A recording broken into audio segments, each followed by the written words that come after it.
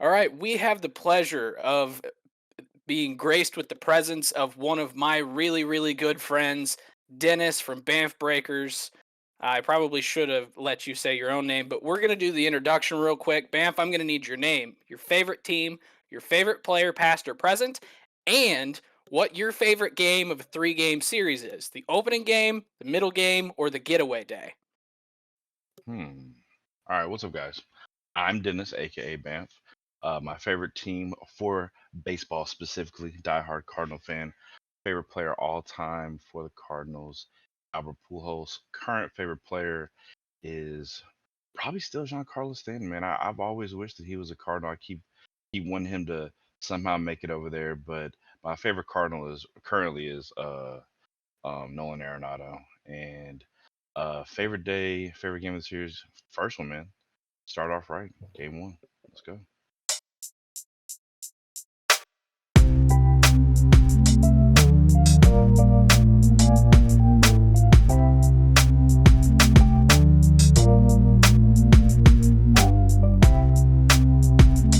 Hello and welcome back to Getaway Day. As always, I am Mason. On the far side is Gautam, and in the middle, you just heard from him, is Banff.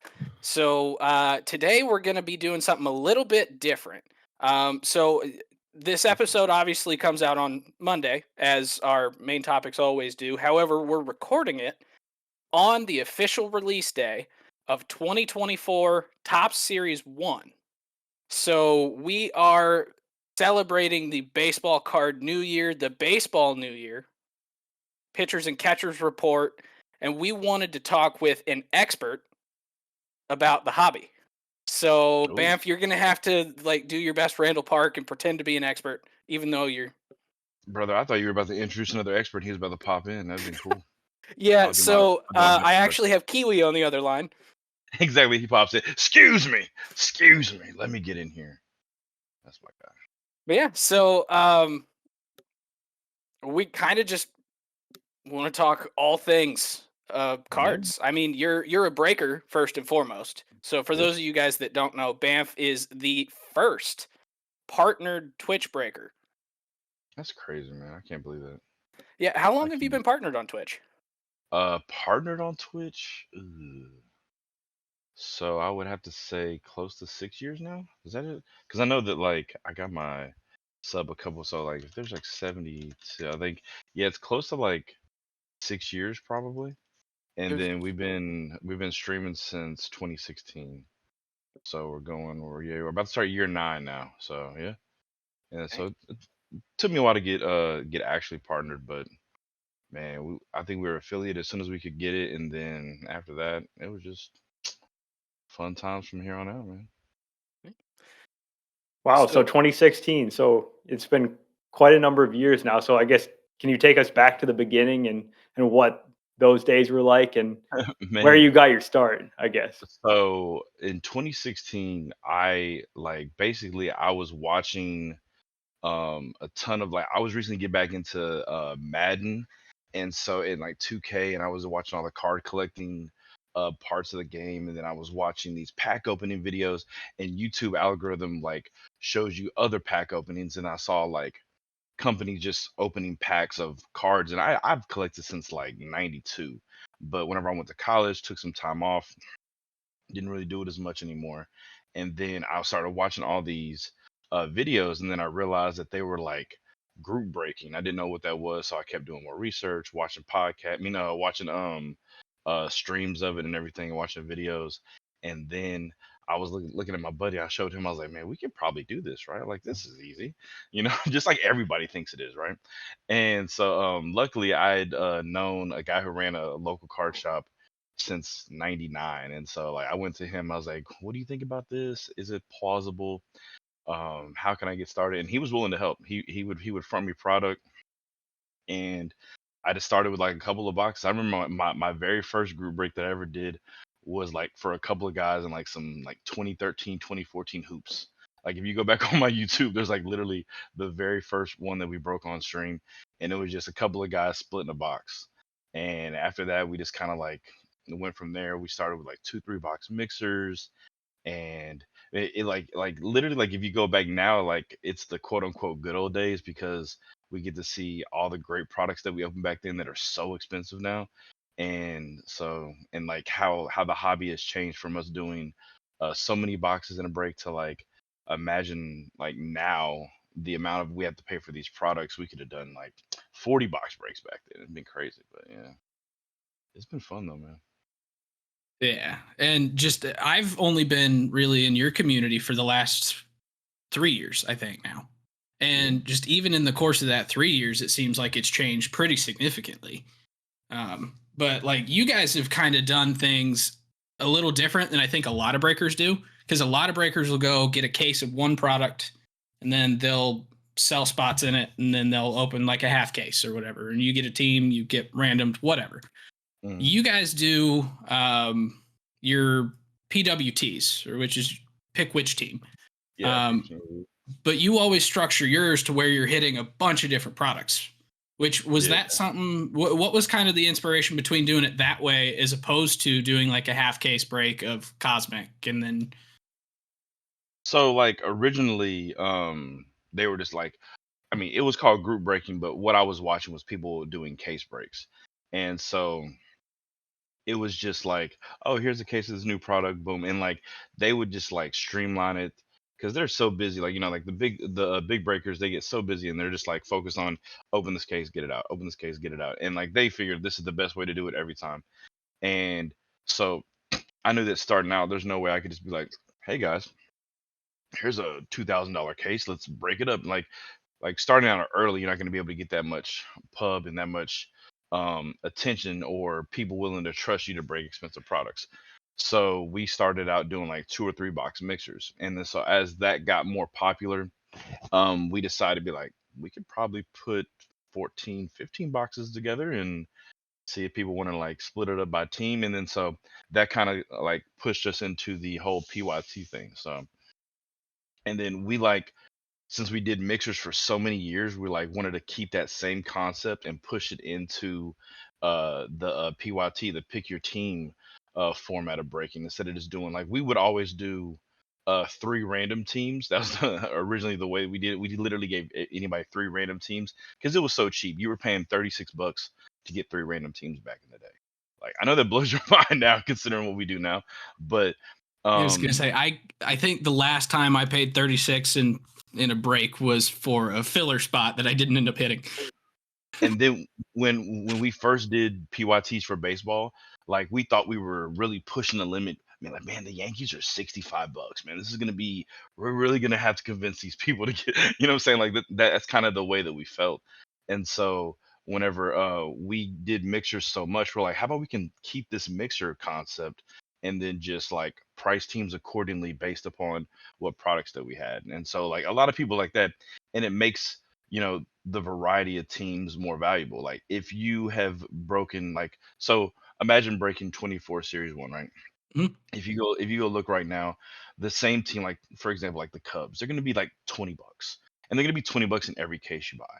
And so like you're only expected to get like at best like PCA rookie 101, right? Like that's your top. That's all you're shooting for. But doing like 14 different boxes, you could have like a chance at this guy's rookie year, a chance at this guy's rookie year, a chance at this guy. You know what I'm saying? So that's why we expanded it out to make every team a tad more valuable, so that no one felt like they were getting the shaft by just buying a team. Be like, I'm just buying it just so everybody can get their cards, type of thing. So that was kind of Yeah, like the main focus. that Make makes it a ton seem of like sense. Like I like the idea of getting some variety. You're not just you're getting the same stuff if you got one yeah. case of something. And you can always ask like the people that I've always like would confide in and ask like, what do you think is good? What do you think is good? Like my main thing is like I don't ever want anybody to feel like they left the break and they didn't get anything. So like I always look at how many quote unquote people are losing out when they get into a break with me, and like that bothers me the absolute most. Like I always want people to feel like that either they had a good chance or they got their money's worth. So that's my main focus. Yeah, and like it's really cool, especially in your breaks, to see because like people will come in and when we're trying to finish up filling a break, you do fillers, which is basically you get or you pay a portion of the price of that team, and Mhm. you have a shot to get one of the remaining teams. Now, it's not, Yeah. it's usually 50-50 on whether you're going to get a spot or not. And then at that point, it's a draft of just whoever was highest on the random. You go all the way down. But how often those filler teams will get hits, and then you'll end up with, I think there was if I remember right, there was one filler that someone got the Blue Jays, and then the Blue Jays pulled a Matt Chapman in the name relic 1/1. Oh yeah. I remember that one. Yeah. The Yeah. giant patch that had the thing. And then Yeah. literally last night, talking about the Jays, just like last night, I remember we pulled a George Springer to 10 for the Blue Jays. Literally last night off of a filler. So like, I mean, probably the dude probably paid like 18 or $20 from the mini to get in, and then end up turning into like, a guy like that. I mean, it's possible. Like I said, there's always going to be some sneaky crazy hits for these smaller teams, even though it's like a such harder chance to get those hits for the smaller teams, but I mean, it happens. We love it. Yeah, and it's helped you develop a pretty rabid fan base community. I mean, a lot of them are here while we're just talking right now, and it's the same people every single night, and it's so cool. You guys go live 3 times a week, and it's always the same people, and then there's always new folks coming in, but you've got the ones who have been there for 80 months now, and Yeah, it's definitely a testament to how you guys are going about the whole breaking industry. I So appreciate it, man. That's awesome. Yeah, it's like if it wasn't for, like, to be honest with you, like if it wasn't for the Madden community starting out, like they really put their support behind me. Like there's a lot of streamers that would put my name out, and then like eventually they just kept spreading, and then the MLB community picked it up. So and then like they supported me like crazy. Like there's so many people that I'm still friends with 80, 90 months later because they just caught my stream one time and then shouted me out, and then people were like, "Oh, I found you from this guy." And like some of these people don't even stream anymore. You know what I'm saying? Like there's like huge streamers that don't even stream anymore that met me from there that are still part of our community today. So like I feel like that I'm still carrying along some kind of legacy that was set forth by some other streamers. So I'm keeping them on Twitch, keeping them in the community, keeping them active. So like I don't know, like passing the torch on to me is kind of what I hope to do to other people who are trying to get into this and make it. absolutely. Now I kind of want to shift a little bit here from kind of your break specifically into kind of the breaking industry as a whole, and the card industry as a whole. So you've been doing this now since 2016, you said, right? Yep. Hmm. So uh, what, like, I know just the card industry has changed drastically since then. I mean, Yeah. you've seen throughout COVID, it kind of took off. People started really getting back into it. The production rate started going back up. Some people would argue quality for some products has gone down, but like, what is like the main thing that you've noticed has changed in the last 10 years, that, or about 10 years you've been doing this? I think the main thing I've noticed is the amount of people that get into it expecting to get rich quick, whether they want to try to do the breaking thing or whether they want to try to just get in and hit the biggest card possible. Like whenever I first started out, I felt like it was more us just sharing our passion for collecting, right? Mhm. And hoping that everybody got their favorite team, and but now I feel like that after that COVID boom, it just yeah, it did make everybody feel more nostalgic because they were at home looking at their cards and they wanted to get back into collecting those. I'm glad we got those guys back. But like the day trader collector, like that right there, I think has affected the community, the hobby the most, and is what you said brought kind of that like those quality issues in, because you have companies that are trying to meet those expectations of these day trader type collectors, and they're forgetting who really got them there. You know what I'm saying? Like after this whole day trade boom thing goes away, the real collectors are still going to be waiting there.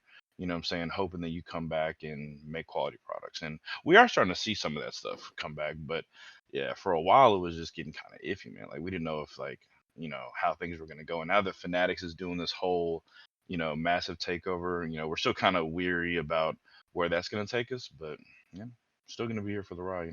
Yeah, and like with that, I've noticed that like Panini, who's losing a lot of or not a lot, losing most of the licenses that they have here in the next 2 years, losing NBA after this season, NFL after the next season, like they're now They've starting to also pump been as many, I guess, gotcha cards into their product as possible. There's I can't remember which product it was, but there's a Panini product that has 66 different numbered parallels in the checklist. yeah, 66.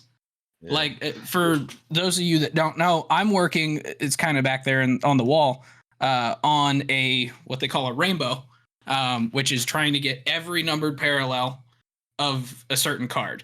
That's the Nolan Arenado 2022 Topps Finest. There are I want to say it's 22 different cards in the rainbow, and that's a Mhm. lot. Yeah, There's it's 66 in crazy. this one because they're trying, especially the companies that are starting to lose out. They want to bank a lot of money now. It seems, but Yeah, so like back when like when we were doing it, like we recently opened up some old 2013 Panini stuff, and literally their colors are silver, gold, I think green, and then vinyl, and that's it. Like to pull a refractor back then was super hard, even back then in the 90s. So then whenever we first got into it, the main thing was the autograph chase.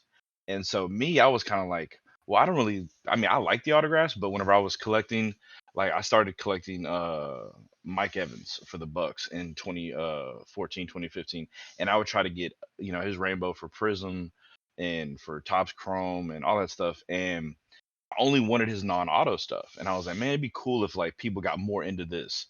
Well, I got what I asked for, man. Like everybody's into color, everybody's into inserts now.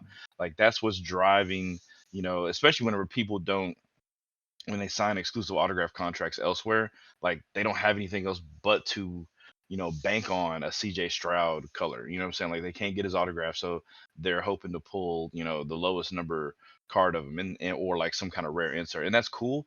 But then those things get so, like you said, so astronomically crazy that somebody puts 67 different colors because they got to split up with hobby and then hobby light, then retail, jumbo, mega. Like they have 80 different forms of the product, and it's getting a little bit crazy. It's getting hard for people to know what to collect. Like when people come in our streaming like, hey, how do I start off? And I'm like, brother, do you have an hour? Do you have we have diagrams to break down and show you where to go. We can't just go buy this product. It's not that easy anymore. yeah, and Yeah, it's I, like I think one of that was actually going to be my number one question for you. Like, and you kind of answered it right there. My question was going to be, what are your thoughts on the manufactured scarcity? And you've definitely answered that there. But I guess where do you see that going in the near future? Is that something that's just going to continue to be the way it's now become, or are things going to change?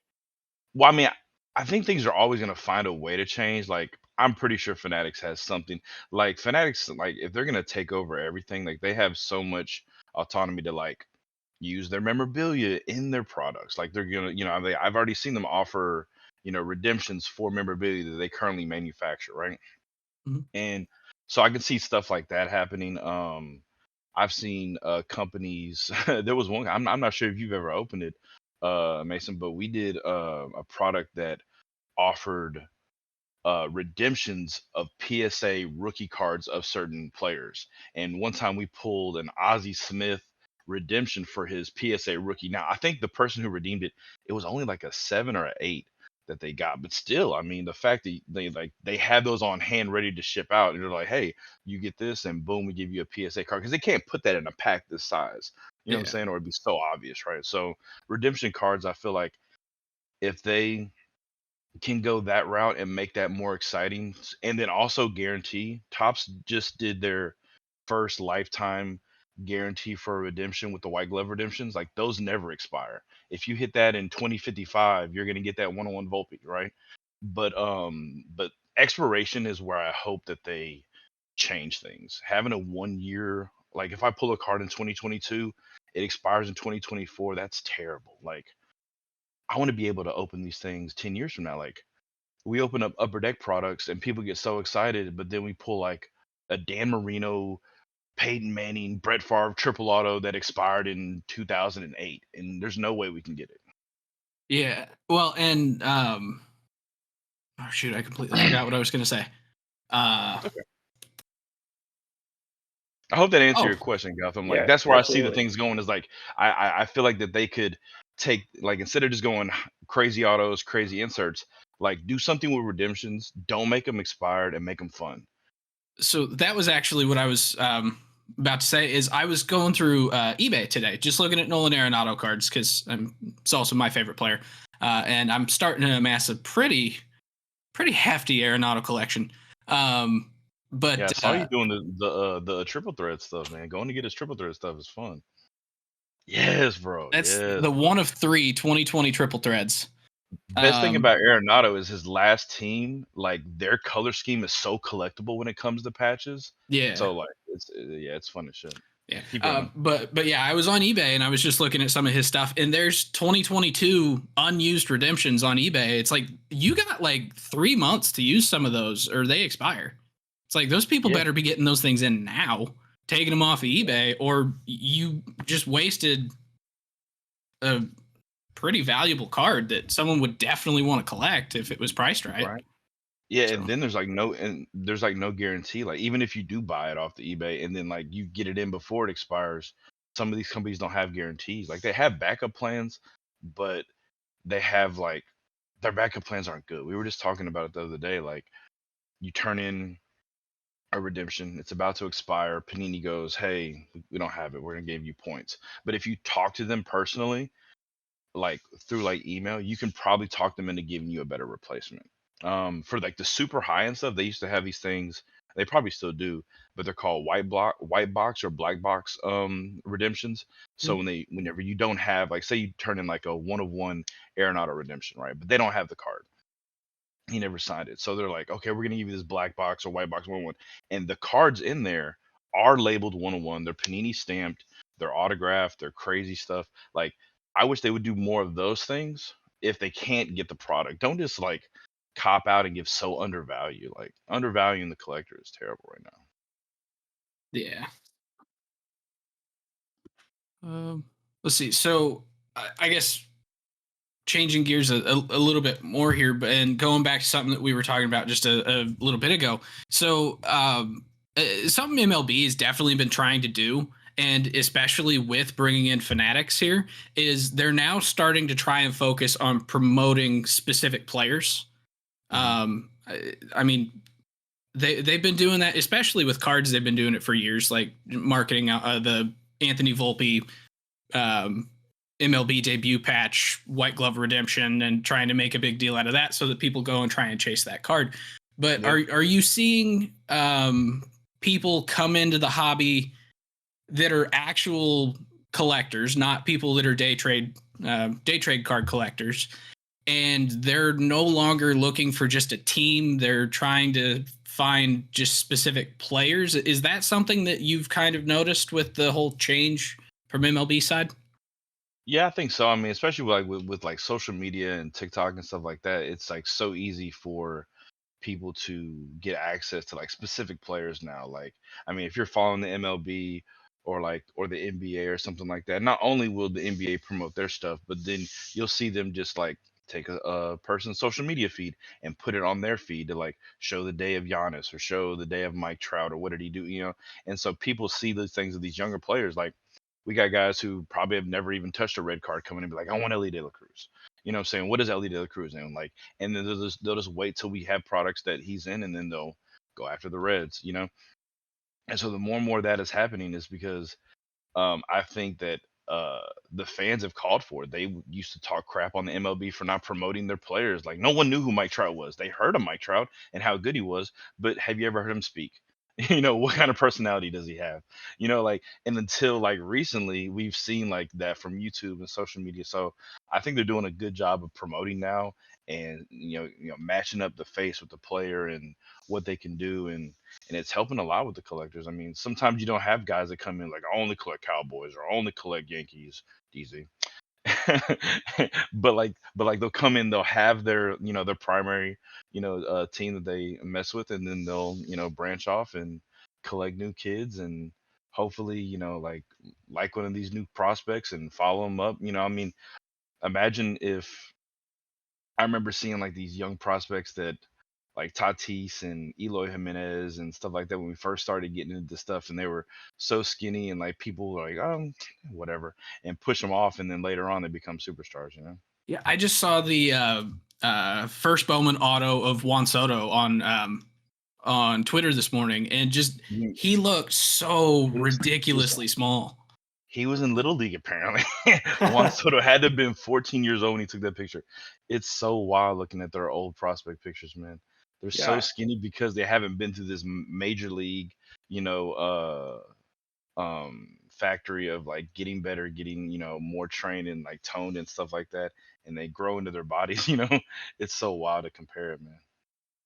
I think we're seeing now just all these young guys coming through, and we've seen those really recent examples of superstars like basically from day one. So I guess like I'll ask a specific question about um, like if do you have a sense of who those players that people are looking for right now are? Like the So I big mean, names. like, thankfully, my community is like they're great. Like they will make sure that I know who those people are. I mean, naturally, like sometimes I mean, of course, I do my own research to figure it out. But like sometimes we get products and we're opening and we literally have no clue who to go for because it seems like that they are putting these players in products so early. Like Leaf has a thing called Perfect Game they used to do, and it's literally like this whole entire tournament that they put on, and I think it's like 12 to 16-year-olds. It's just like, Wait, and they have is all it their partnered with autographs. Perfect Game USA? Yeah, that's what I'm saying. Like, so they'll have like 25 autos per product, and like they used to do Leaf used to get all these autographs from the Army All-American games and stuff like that. So you have all these young kids that have their autos in products. Some of those kids are going to be accountants and graduate with and never be in sports ever again. But you will every now and then get those studs that have had these autos and products since they were that young. And so I think it's going to be harder and harder to find who to latch onto because I mean we can latch onto a guy like early on. Like I remember going into my card shop and there was a box of 23 Bowman draft and it's set on the table. This is back whenever my LCS would put out boxes on his table and not in the glass that were probably under $200.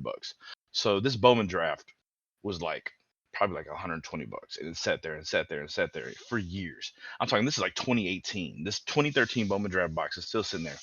Some guy came in, took it home, yada yada. And as soon as he got home, sent a picture of 2013 first Bowman auto of Aaron Judge.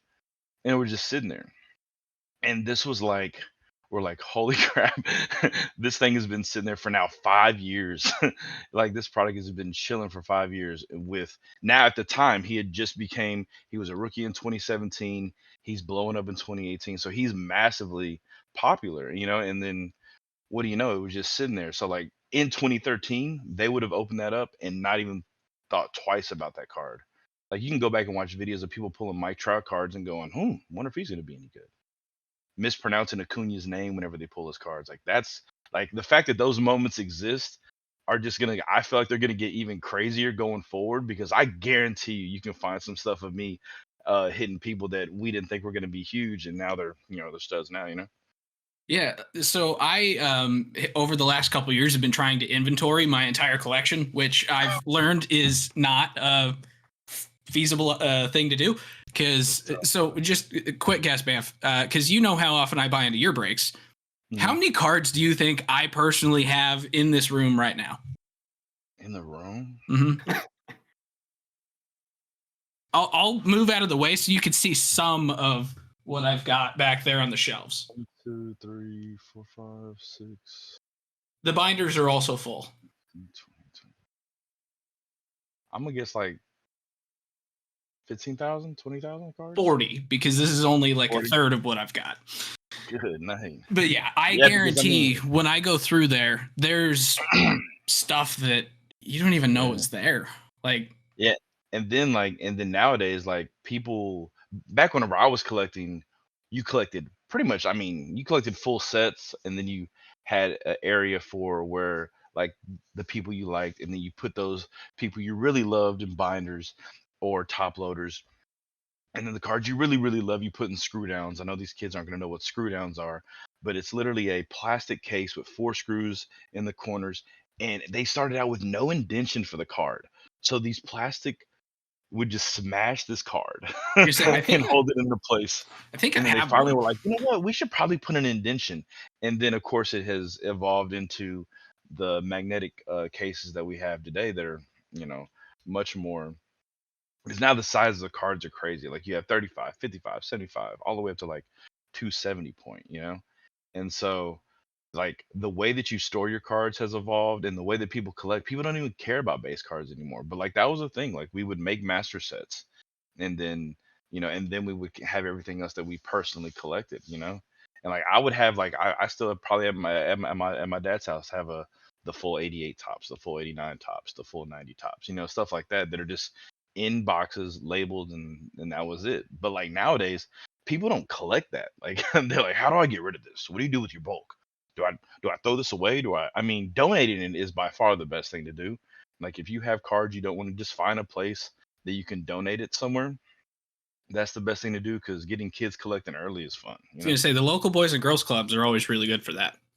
Yeah. So, My dad, whenever he was back working, he had an auto shop, and then he just had we would put them in team bags, random cards in team bags, and we would just leave stacks of cards, and people just come up and take them, and then you had grandparents coming in getting their cards fixed. I'm like, oh, my kids love these, and just take them all home to their kids. So it's Yeah, cool. I hope some kids somewhere are collecting base cards. That's Oh, my wish. 100%. Yeah. And I also hope that I screwed up and put bangers in those packs that they go, holy crap, I just have this card. I remember that. So you've heard BAMF packs, you've heard me say BAMF packs, and I would kind of bring those back every now and then, right, Mason? mhm. But like way back when they first started, it was 3 hits, and it was either 3 hits or 2 hits in a pack. And I still remember to this day having just a pack of Prism from 1718 in one of my band packs, and we opened it up, and it was like a silver Luca rookie from the pack, and it was just like that was free. Somebody just got that for free. Like Dang. like like like things like that. Like I guarantee you that I wasn't, you know, sorting like crazy to make sure that those extra free packs that I packed up for kids weren't, you know, completely scarce of any potential. I'm pretty sure that they've had crazy potential, you know. So Well, that's always and fun to see if somebody in got a good card. anymore, I go into the card shop up here, and like most of the people that know anything about anything are the like 8 to 12-year-old kids. Like Oh, they're in 100. there, and there's kids that are in there making trades of $1,000 cards and knowing what they're doing. And I'm over here trying to trade a $30 card, and I have no idea what's happening. Right, bro. I've seen those kids at card shows wheeling and dealing, $1,000 deals. That's wild, man. That's insane to me. Yeah, it's nuts. I was over worried about trying to get $100 card back whenever I was collecting. Like I thought that the '89 rookie King Griffey being $100 was just like, oh man, if I can only get this freaking card. You know, that was crazy to me. So you mentioned the 88, 89 complete sets, and it got me thinking the first like big box that I opened after Gautam actually got me into the hobby, which is the funny part. Oh, nice. So he bought 2019 Topps Holiday, and we opened that together for Christmas one year because he and I used to be roommates. Okay. So we did that, and then he moved out during COVID, and I started just going bonkers on cards, and I found a sealed box of Traded them all. 1989 Oh Topps. yeah. So I opened that, and then I opened another box of it, and it was cheap. It was dirt cheap because it was Oh yeah. but that was kind of like the first time that I had put together a full set, and then just kind of Cool. went down the rabbit hole, and now I have 40,000 cards. But what was the first set, or the first set of cards that really spoke to you, and you kind of went, okay, this is my thing? So the first set I ever got was 88 Tops. My mom bought that as a first complete set. That was the way that she started me collecting. And after that, me and my dad got into basketball more, because I was already into basketball. Like I watched baseball, didn't really watch much football growing up. but I was extremely into basketball growing up in the 90s. So I think the first set that like really made me know that I was like this was my thing was when we were collecting. It was 92, 93 Upper Deck, and that was Shaquille O'Neal's rookie year, and his rookie card was a redemption. So we were just going around trying to pull his actual rookie card. And so, like, trying to pull redemption to send into Upper Deck just to send us a card. No, it wasn't autographed. They just hadn't, produced it yet. And it was just like him dunking in some kind of warehouse or whatever. But it was a cool looking card. And so that chase right there of doing that, that was kind of like the first big thing. And then I remember another one. I think it was either the same year or the year after Fleer Ultra Baseball. They like every year Fleer and Upper Deck would honor some either legend or some super, popular player. And that year it was Tony Gwynn. And that was when I pulled my first autograph. Like autographs were super rare back then. They almost didn't exist. Like now you have boxes that are guaranteed 3 autographs per. This is like, hey, this autograph is 1 in 7,200 packs. And so it was an on-card autograph of Tony Gwynn. So those two like always stick in my mind of like that was kind of me starting the fire. And then after that I went crazy with basketball. I mean, followed draft classes. 96, 97 is probably the funnest year of collecting whenever I was a kid because of how many people I loved in that draft class and how deep it was and how many players there were to collect. And so yeah, man, just ever since then I was hooked, bro. Nice. Gowie, you got any other questions for BAMF? Oh no, I think this has been awesome. Like I learned a lot, and I really had no idea that they're making cards of 12-year-olds that are autographed. Bro, it's wild, man. I got to show you the Jason Dominguez Martian card. Yes, Dominguez. They've been putting him in products since he was 15 too. Yeah. And then also to see the progression, because like clearly that Juan Soto picture and the early Eloy pictures, whenever he's super skinny, and the Jason pictures, it's like whenever he has literally no training, it's just him playing baseball, right? And then you see them 3 or 4 years later after they've been through, professional trainers, and they fill out and they're just like totally different people. It's crazy to watch the progression. I mean, we saw Jason Dominguez in September. Dude is jacked. He's only kind of 20. looked like that, yeah, for a bit now. It's amazing. Yeah. It's only been 4 years, and he went from being this really skinny little kid that his helmet was so big that he looked like a Martian, and that's how he got his nickname. And right, then and now his arms are so big they can't fit in the jersey. It's crazy. It's wild. That is definitely not how he got his nickname, but it's part of it. How did he get his nickname? I think it was just that his talents were otherworldly, and basically that's that kind of idea. Yeah, but that picture was definitely part of it too, because that was whenever the 2020 Bowman. It was 2020 Bowman, not Bowman draft, right? Yeah, it was 2020 Bowman, and then they had the Bowman first and everything. And yeah, when his Bowman first came out, that was the first thing that someone said when they pulled his card. They go, "He looks like a Martian," and then they just moved on. And then I think it might be a twofold nickname. It just happened to work out really well. Yeah. So, but all right, so BAMF, thank you very much for joining us today. I really, really appreciate it, bud. You want to go ahead and shout out your channel and kind of your schedule so that if people want to go and check you out, they can? Yep. We go live on twitch.tv/BAMFBreakers every Friday, Sunday, and Tuesday now. And you can follow us on Twitter, Instagram. We got a TikTok. We're going to get back into that. And and then go to BAMFBreakers.com. You can get links to our Discord and all of our other socials, and join the community, hang out, and have fun. All right, I appreciate it. Thank you all for listening, and we will see you back here on Thursday for This Week in Baseball. If you enjoy the podcast, please subscribe on your favorite podcasting app or YouTube to make sure you don't miss any future episodes. Join the conversation on Facebook, Twitter, Instagram, and TikTok at Getaway Day Pod. If you enjoy card collecting, check out our sister YouTube channel at Getaway Day Cards.